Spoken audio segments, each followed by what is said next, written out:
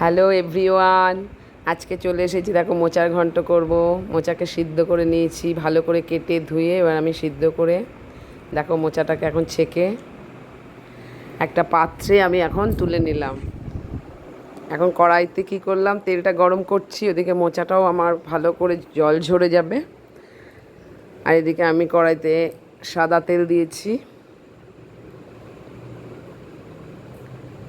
তেলটা ভালো করে গরম হচ্ছে।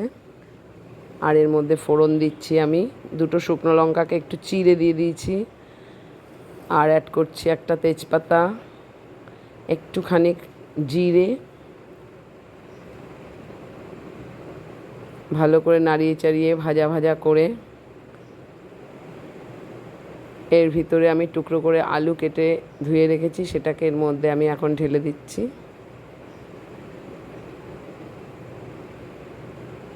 এটাকেও ভালো করে একটু ভেজে নিতে হবে, লাল লাল করে ভাজবো।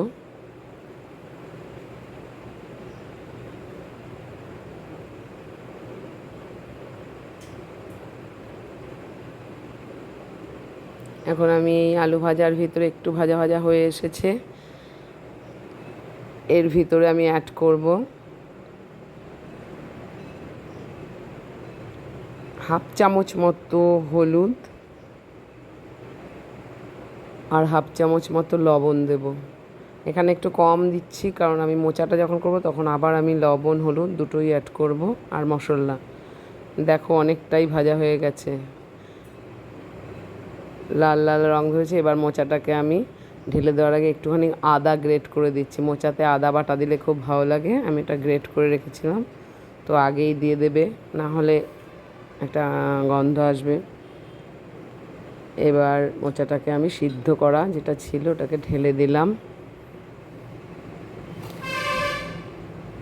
ভালো করে নাড়িয়ে চাড়িয়ে মোচাটাকে কষিয়ে নেবে।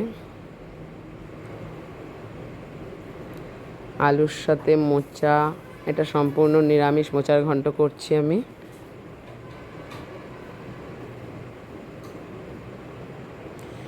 খেতে খুব ভালো হয়, মোচাতে প্রচুর আয়রন।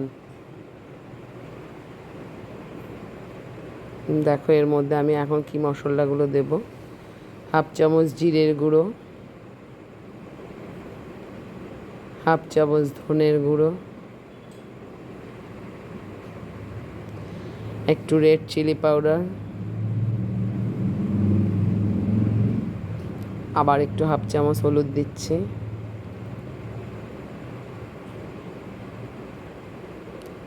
আর সাথে আবার একটু হাফ চামচ মতো লবণ দিয়ে দিলাম। দিয়ে এবার সবগুলো মিশিয়ে মোচার সাথে ভালো করে মোচাটাকে এবার রান্না করব।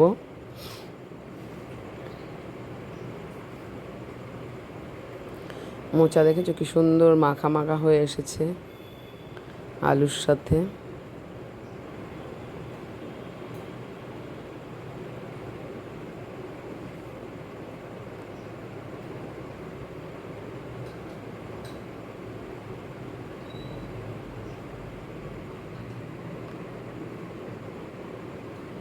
এবার দিয়ে দিলাম 3টে কাঁচা লঙ্কা চিড়ে। মোচাতে তোমরা যেমন ঝাল খাবে সেইভাবেই তোমরা ঝালটা অ্যাড করবে। আমি এখানে 3টে কাঁচা লঙ্কা দিলাম পরিমাণ মতোই, আগে তো আমি শুকনো লঙ্কা দিয়েছি। আর এবার দিচ্ছি মিষ্টি, নিরামিষ মোচা মানেই মিষ্টি, মোচাতে একটু মিষ্টি লাগবেই, তাই চিনি দিয়ে দিলাম হাফ চামচ।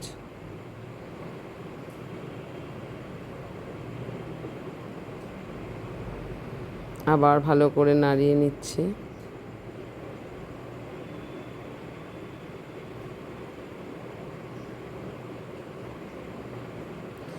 খুব সুন্দর একটা সুস্বাদু খাবার। আমার মোচার রান্নাটা তোমরা দেখে তোমরাও করো এইভাবে। আর খুব বেশি দেখো আমি অয়েল ইউজ করিনি। তোমাদের যদি এবার দিচ্ছি আমি ঘিটা আর গরম মশলাটা মোচাতে মাস্ট দেবেই, যেহেতু এটা আবারও বলছি নিরামিষ মোচার ঘন্ট। আমার রান্নাটা যদি তোমাদের ভালো লেগে থাকে তাহলে আমাকে লাইক করো, কমেন্টস করো, আমার চ্যানেলটাকে তোমরা সাবস্ক্রাইব করে আমার পাশে থাকবে। এবার দিচ্ছি গরম মশলার গুঁড়ো,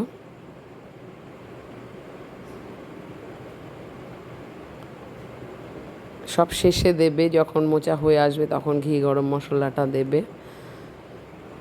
এটা তো না দিলে স্বাদ বাড়বেই না। দেখো কালারটাও কত সুন্দর হয়ে এসেছে। কড়াইয়ের সঙ্গে দেখো একটুও কড়াইতে লেগে নেই।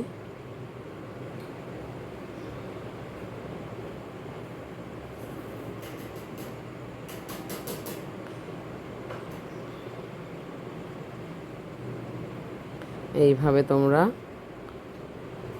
মোচাটা রান্না করবে। আমার মোচা রান্না করা পুরোটাই রেডি।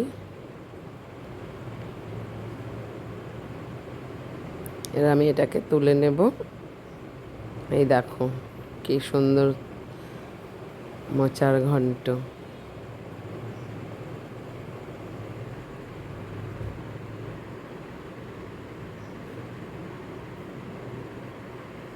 একবার হলেও খেয়ে দেখো এইভাবে করে।